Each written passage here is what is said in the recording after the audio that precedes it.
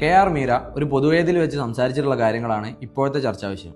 അവർ സ്ത്രീകൾക്ക് വേണ്ടി സംസാരിക്കുകയും സ്ത്രീകളുടെ പ്രശ്നങ്ങളെയും അവർ നേരിടുന്ന ചൂഷണങ്ങളെയും പറ്റിയിട്ട് സ്റ്റോറീസും നോവൽസും ഒക്കെ എഴുതുന്ന ഒരാളാണ്. അത് നല്ല കാര്യം തന്നെയാണ്. പക്ഷേ അതൊരിക്കലും ഒരു സ്ത്രീ ചെയ്തിട്ടുള്ള ഒരു ക്രൈമിനെ വെള്ളപൂശിക്കൊണ്ടാവരുത്.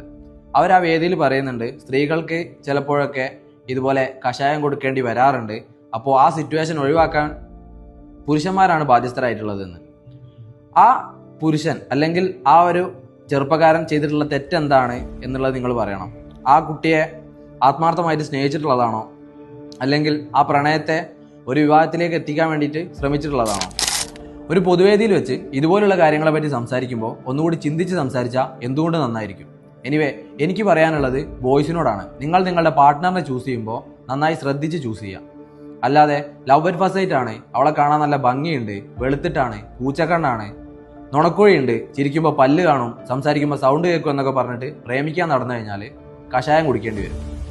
അതുകൊണ്ട് പാർട്ട്ണറിനെ ചൂസ് ചെയ്യുമ്പോൾ നന്നായിട്ട് ശ്രദ്ധിക്കുക, അല്ലെങ്കിൽ പ്രേമിക്കാതിരിക്കുക. സിംഗിളായിട്ട് നടന്നു കഴിഞ്ഞാൽ അറ്റ്ലീസ്റ്റ് ജീവനോടെങ്കിലും ഇരിക്കാമല്ലോ.